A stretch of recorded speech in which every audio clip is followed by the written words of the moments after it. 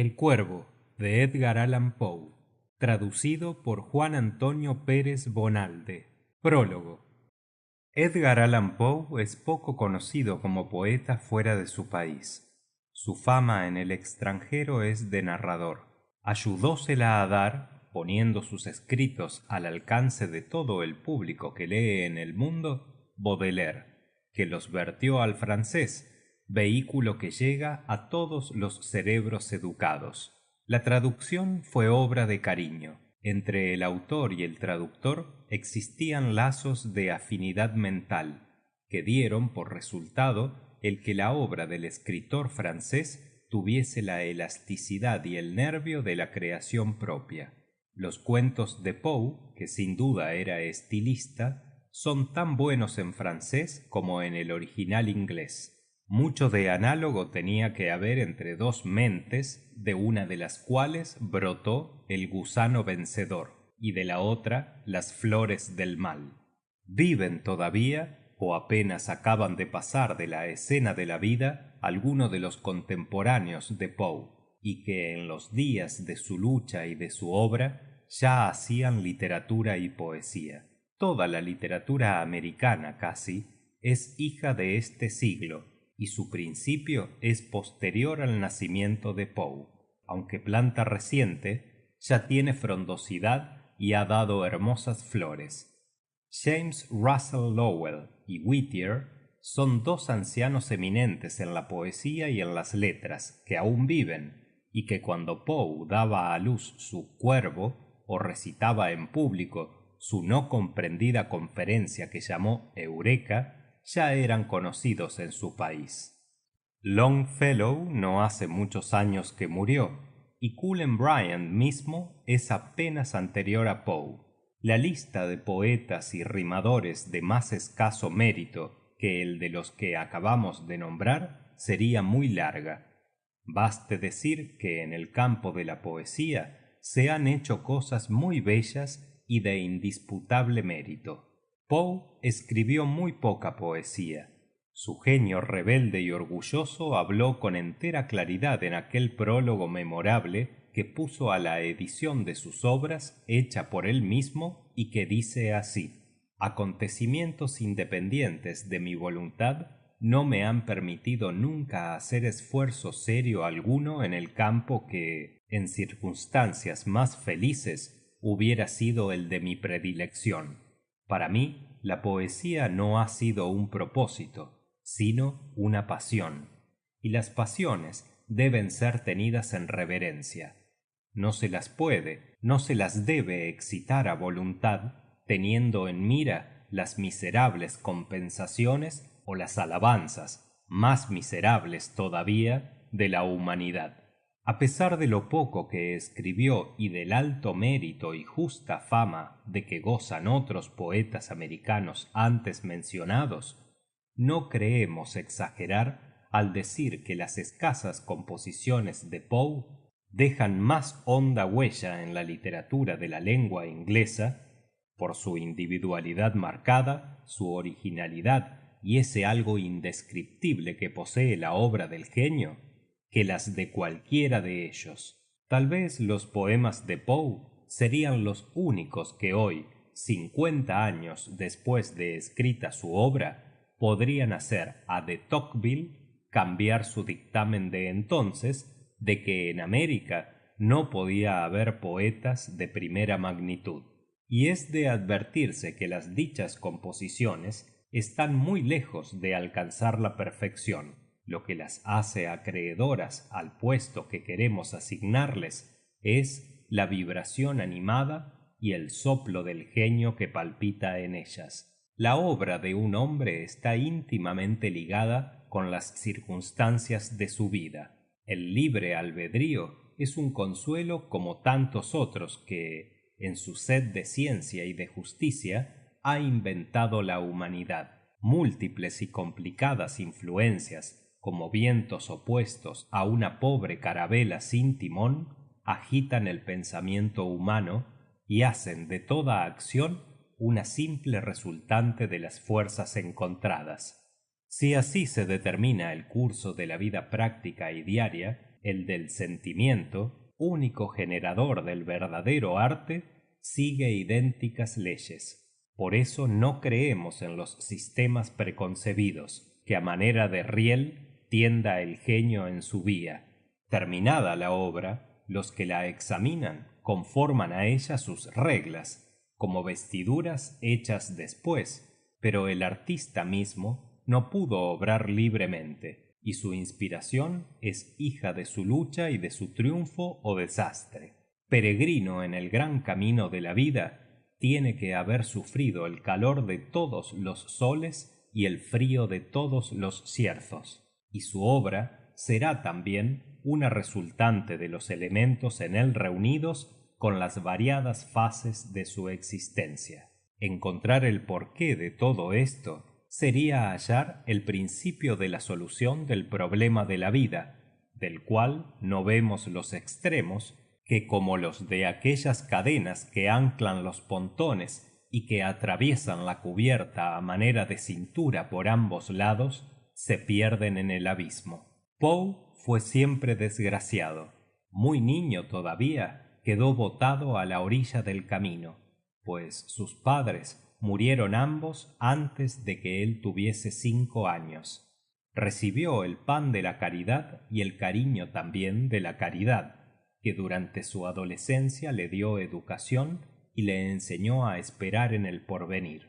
Luego, por una serie de circunstancias inesperadas, se halló solo, sin recursos, amargado el corazón e inerme para la lucha a los 20 años. Tenía una lira, cuyo son se perdía en el vocerío de los mercaderes y luchadores en otras faenas, y una pluma de la que brotaban escritos que sus contemporáneos no tenían tiempo de comprender ni de apreciar. Musset se queja de haber llegado demasiado tarde a un mundo viejo ya. En lo concreto y dejando la metáfora aparte, Poe llegó demasiado pronto. La atmósfera intelectual del país en ese entonces era escasa a sus pulmones, y tenía que morir, como murió, de asfixia. Su pluma y su lira eran herramientas inútiles en la tarea que se ejecutaba a su alrededor. Era su suerte la de un ruiseñor extraviado entre halcones. Y con tan tristes auspicios empezó su existencia, que fue una constante lucha con las necesidades diarias, crueles como arpías y que por su misma intrínseca pequeñez acobardan el espíritu si no lo rebajan. La miseria fue su inseparable compañera. Siempre a la puerta de su hogar oscureció la luz de su día sin abandonarlo un instante. Lo tomó de la mano al empezar la vida, estuvo con él aquellos años de la juventud en que la robustez material se impone y se olvidan las penas y desprecian los sufrimientos. Lo acompañó en sus sueños de gloria y de amor. Entró a su hogar conyugal y estuvo al pie del lecho en que moría su esposa de frío y privaciones. Luego recorrió con él el país, cuando en su ansia de lograr un pan menos duro quiso obtenerlo por medio de conferencias públicas, de las cuales salían aturdidos los escasos oyentes. Lo acompañó a la puerta de los impresores que rehusaron su trabajo y a la de los que le pagaron una ración de hambre para que escribiese a la altura del público, obligando al águila a volar bajo, rastreando el ala. Solo a veces lo soltaba en los brazos del omnipotente dios alcohol, que mata cuerpo y alma con sus caricias, y en cuyo seno pavoroso tantas veces han buscado alivio los ungidos del genio. Mas al despertar estaba allí, fiel como nunca lo fue ninguna esposa, y solo soltó su presa la noche aquella en que en un hospital de Baltimore moría de delirio en un lecho de caridad un desgraciado, a quien habían recogido en la calle, y que no era otro que el insigne poeta Edgar Allan Poe. Hemos dicho y lo repetimos que la obra de un hombre está íntimamente ligada con las circunstancias de su vida, y que de ellas depende. Los temas de Poe son de aquellos que ningún mortal aborda antes que él, y el escenario es siempre, como alguien lo ha dicho, más allá del tiempo y del espacio. Poseedor de todas las dotes creadoras de lo bello y lo atractivo, en su obra hallamos siempre algo como pliegues de sudario, olor de tumba y pavor desconocido.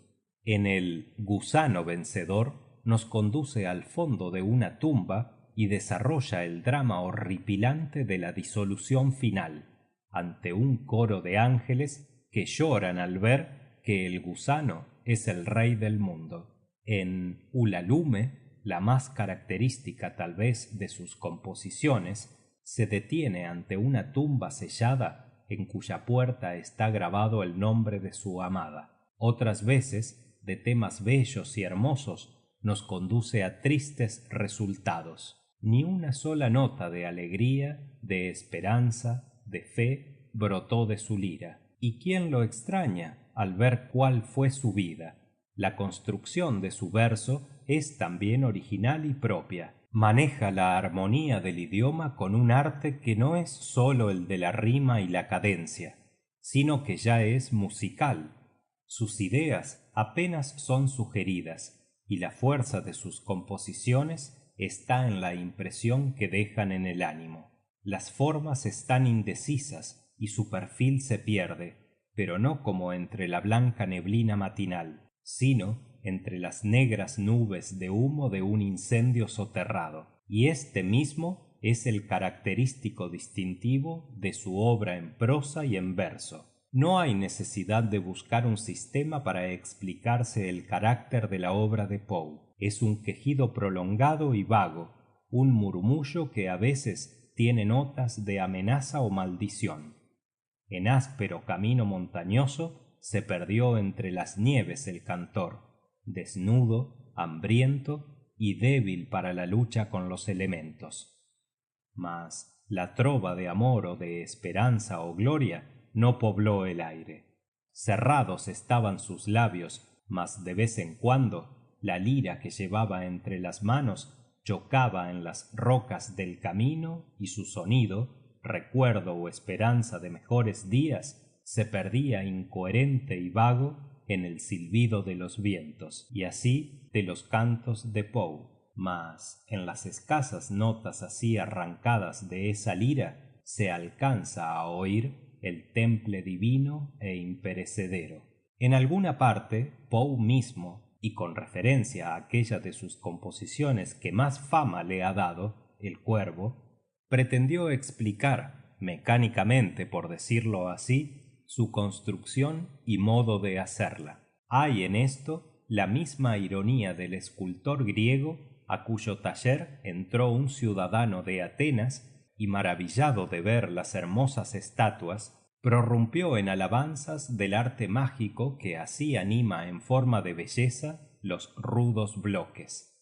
Nada más fácil, replicó el artista. Para lograr tal fin basta quitar con el cincel los trozos de mármol superfluos, desvestir la estatua, por decirlo así. Y así lo hacía él. Mas en vano, sin la inspiración, pretenderán los profanos modelar el mármol o pulsar la lira, que su mano se romperá en la dura roca o se rasgará en las cuerdas mudas. Aunque a veces los temas de Poe se muestran hermosos y puros al principio de sus poesías, en breve cambian y caen sobre ellos, como una especie de sombra, la tristeza y desesperación que dominaban en el corazón del poeta. Por cualquiera de sus composiciones es fácil ver que si su suerte hubiera sido otra, su canto habría podido ser de aquellos que consuelan y confortan y forman parte de ese tesoro de belleza que guardan los pueblos, fuente a que llega el espíritu sediento a refrescarse en medio de la faena de la vida. Pensando en esto y en lo poco que hubiera bastado para traer a su existencia la luz que le faltó, No puede uno menos de repetir con tristeza esas palabras de Whittier, el venerable poeta cuáquero, que él mismo dice son las más tristes de cuantas puede escribir la pluma o pronunciar el labio. Pudo haber sido. Ociosa, empero, es esa consideración. Todo el sentimiento gastado en deplorar lo que pudo haber sido y no fue, es perdido. Nada puede cambiar los hechos inexorables y eternos en el límite del pasado. Sólo sí que, al estudiar lo que fue y al quererlo juzgar, es preciso tener en cuenta todas las circunstancias. Y al ocuparnos de Poe, que como hombre y como poeta llenó en tan pequeña parte su obra y correspondió tan mal a las inmensas dotes que poseía, es preciso tener en cuenta que a él, como a todo mortal, lo oprimía el mundo ambiente, y que cuando la materia tiene hambre y frío, el espíritu se doblega. Censura no debe, pues, haber para él, sino lástima, una lástima infinita. Muy en breve se borran las huellas personales, y el hombre desaparece detrás de su obra cuando ésta subsiste. Los errores y las faltas de Poe pronto se olvidarán, y quedarán como una voz que habla a las generaciones sus cantos y sus narraciones. Y esa poesía, hija de lo que en él era una pasión, será una queja eterna de su amarga suerte y vivirá lo que la lengua inglesa. Antes de cerrar estas breves observaciones, llamaremos la atención una vez más hacia ese característico de su obra que sólo en él se halla y que forma parte esencial de su poesía. Poe hacía del idioma el mismo uso que un músico de su instrumento. La vaga cadencia, la armonía marcada de su verso contribuyen en gran manera a producir la impresión que en la mente dejan sus versos. Su canto a las campanas es, de todas sus composiciones, aquella en que más alto grado luce esta habilidad. Las primeras campanas de que habla son las campanas de plata del trineo que llega sobre la vasta y reluciente sábana de nieve con su alegre carga humana y pasa rápidamente poblando el aire de algazara y gozoso estrépito, en tanto que el argentino retintín hace palpitar las ondas sonoras del aire helado. Son campanas de oro, campanas nupciales, las que suenan luego en el oído. En su tañido hay promesas de futura dicha y toda la felicidad de la esperanza realizada. Flota el sonido confundido con músicas suaves en el tibio aire de la noche, y la paloma enamorada repite dentro del nido el idilio humano que pregonan las campanas de oro. Y son de bronce las campanas del incendio. Cómo gritan, cómo gimen. La asustada muchedumbre se apiña, y el rojizo dragón tiende por donde quiera sus palpitantes lenguas de fuego. Y en medio del tumulto universal se oye el clamor de la campana. Luego se oyen los dobles funerales de la campana de hierro que pende del campanario del cementerio. No la tocan manos humanas, sino duendes enemigos del hombre, que gozan en hacer rodar el lúgubre sonido en el espacio, para que como una piedra aplaste el corazón. Lo que maravilla en esta composición es el arte con que está hecha. Las palabras están escogidas y arregladas de modo que se mece el ritmo alegre con las campanas de oro o ya causa pavor como las campanas funerales. Esta maestría sostenida y manifiesta nadie la tiene en lengua inglesa sino Poe. En su Laoconte explica Lessing cómo a veces unas artes traspasan sus propios límites y desempeñan el oficio de otras. Así, por ejemplo, la poesía descriptiva invade el terreno de la pintura, y la pintura alegórica penetra dentro del círculo de la poesía. El crítico alemán no habla del puesto en que se toquen la armonía del ritmo y la de la rima con la armonía del sonido inarticulado que pertenece al arte musical. Si de tal cosa se hubiera ocupado, habría dicho que la poesía onomatopéyica es la que marca ese punto de contacto. Mas de tal poesía apenas existen escasos ejemplos que ocurren como rasgos aislados en las composiciones en que se hallan, de las cuales no forman parte esencial. Además, este distintivo, en donde exista, está limitado por fuerza al propio idioma, pues reside en la estructura misma de las palabras. En los escritos de los hombres de genio hay algo de individualidad inherente al idioma mismo que constituye el sello de la personalidad del autor, y que muy raras veces puede conservarse al través de una traducción a lengua extraña. Perfume sutilísimo es ese que casi siempre se pierde al verter en extraño vaso la creación del escritor, y la simple armonía de palabras desaparece como el perfume si se rompen las paredes del pomo que lo encierra. En Poe, la armonía de las palabras es mucho más que onomatopeya. Es el poeta musical por excelencia, y esa armonía forma parte integrante de sus composiciones y contribuye a producir la impresión que él se propone. No está en ella todo el mérito de sus obras poéticas, muy lejos de eso, pero vertidos sus versos a otro idioma, pierden mucho, como diamante pobremente montado o cuadro de pincel maestro bajo falsa luz. Obra muy ardua es, pues, la de la simple versión de una composición de Poe a cualquier idioma, y su magnitud aumenta si es al español, es decir, de una lengua monosilábica a una lengua polisilábica y grave, y casi es pretender milagros el querer vencer no sólo esas dificultades, sino el conservar, salvando todas ellas, intacto y completo, todo el sello original del artista creador. Esto, que parece milagroso, lo ha logrado el distinguido poeta venezolano en la traducción del Cuervo, que sigue a estas líneas.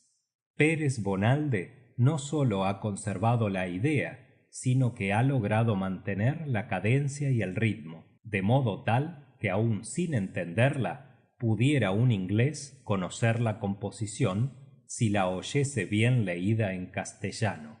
El Cuervo es de todas las composiciones de Poe la que más contribuyó a su fama. Se han hecho de ella varias traducciones al castellano, pero ninguna de ellas ha logrado conservar, como la de Pérez Bonalde, todos los distintivos del original. No nos extenderemos en alabar la obra de Pérez Bonalde, pues ella habla por sí sola. Le dejamos la palabra, muy contentos de presentar tan bien vertida a nuestro idioma una de las principales y mejores composiciones del poeta más original e inspirado que ha nacido en América. Santiago Pérez Triana. Fin de prólogo. Sección número 1 de El Cuervo. Una fosca medianoche, cuando en tristes reflexiones sobre más de un raro infolio de olvidados cronicones inclinaba soñoliento la cabeza, de repente a mi puerta oí llamar, como si alguien suavemente se pusiese con incierta mano tímida a tocar. Es, me dije, una visita que llamando está a mi puerta. Eso es todo, y nada más. Ah, bien claro lo recuerdo. Era el crudo mes del hielo, y su espectro cada brasa moribunda enviaba al suelo.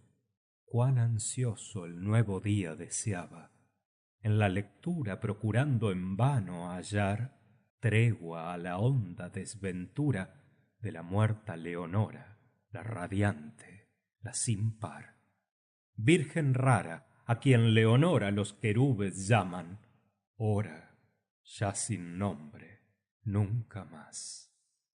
Y el crujido triste, incierto, de las rojas colgaduras me aterraba, me llenaba de fantásticas pavuras, de tal modo que el latido de mi pecho palpitante procurando dominar es sin duda un visitante, repetía con instancia, que a mi alcoba quiere entrar, un tardío visitante a las puertas de mi estancia.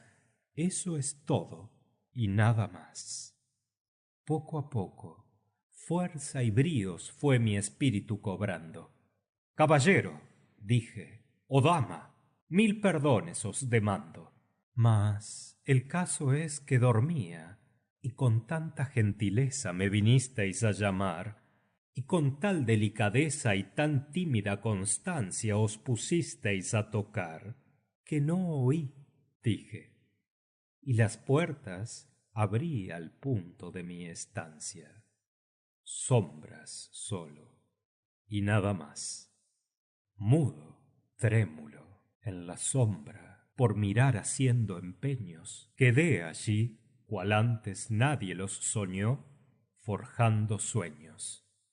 Mas profundo era el silencio, y la calma no acusaba ruido alguno resonar.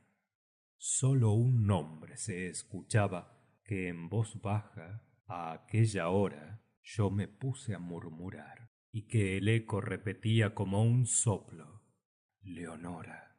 Esto apenas, nada más. A mi alcoba, retornando con el alma en turbulencia, pronto oí llamar de nuevo, esta vez con más violencia. De seguro, dije, es algo que se pasa en mi persiana.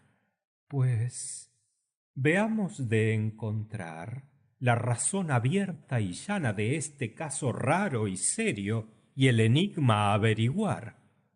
Corazón, calma un instante y aclaremos el misterio. Es el viento y nada más. La ventana abrí y con rítmico aleteo y garbo extraño entró un cuervo majestuoso de la sacra edad de antaño. Sin pararse ni un instante ni señales dar de susto, con aspecto señorial fue a posarse sobre un busto de Minerva que ornamenta de mi puerta el cabezal. Sobre el busto, que de Palas la figura representa, fue y posóse, y nada más. Trocó entonces el negro pájaro en sonrisas mi tristeza, con su grave, torva y seria, decorosa gentileza. Y le dije, aunque la cresta calva llevas, de seguro no eres cuervo nocturnal. Viejo, infausto cuervo, oscuro vagabundo en la tiniebla, dime, ¿cuál tu nombre? ¿Cuál en el reino plutoniano de la noche y de la niebla? Dijo el cuervo, nunca más. Asombrado quedé oyendo así hablar al avechucho, si bien su árida respuesta no expresaba poco o mucho, pues preciso es, convengamos, en que nunca hubo criatura que lograse contemplar ave alguna en la moldura de su puerta encaramada, ave o bruto reposar sobre efigie en la cornisa de su puerta cincelada con tal nombre nunca más. Mas el cuervo, fijo, inmóvil en la grave efigie aquella, sólo dijo esa palabra, cual si su alma fuese en ella vinculada. Ni una pluma sacudía, ni un acento se le oía pronunciar. Dije entonces al momento, ya otros antes se han marchado, y la aurora al despuntar, él también se irá volando cual mis sueños han volado. Dijo el cuervo, nunca más. Por respuesta tan abrupta como justa, sorprendido, no hay ya duda alguna, dije. Lo que dice es aprendido, aprendido de algún amo desdichoso a quien la suerte persiguiera sin cesar, persiguiera hasta la muerte, hasta el punto de, en su duelo, sus canciones terminar, y el clamor de su esperanza con el triste ritornelo de jamás, y nunca más. Mas el cuervo, provocando mi alma triste a la sonrisa, mi sillón rodé hasta el frente de ave y busto y de cornisa. Luego, hundiéndome en la seda, fantasía y fantasía dime entonces a juntar, por saber qué pretendía aquel pájaro ominoso de un pasado inmemorial, aquel hosco, torvo, infausto, cuervo lúgubre y odioso, al graznar nunca jamás. Quedé aquesto investigando frente al cuervo, en honda calma, cuyos ojos encendidos me abrasaban pecho y alma. Esto y más, sobre cojines reclinado, con anhelo me empeñaba en descifrar. Sobre el rojo terciopelo do imprimía viva huella luminosa mi fanal. Terciopelo cuya púrpura, ay, jamás volverá ella a oprimir. Nunca más. Parecióme el aire entonces, por incógnito incensario, que un querube columpiase de mi alcoba en el santuario, perfumado. Miserable ser, me dije, Dios te ha oído, y por medio angelical, tregua, tregua, y el olvido del recuerdo de Leonora te ha venido hoy a brindar. Bebe, bebe ese nepente, y así todo olvida ahora, dijo el cuervo. Nunca más. Oh profeta, dije, o duende, más profeta al fin. Ya seas ave o diablo, ya te envíe la tormenta, ya te veas por los ábregos barrido a esta playa desolado pero intrépido, a este hogar por los males devastado. Dime, dime, te lo imploro, ¿llegaré jamás a hallar algún bálsamo o consuelo para el mal que triste lloro? Dijo el cuervo, nunca más.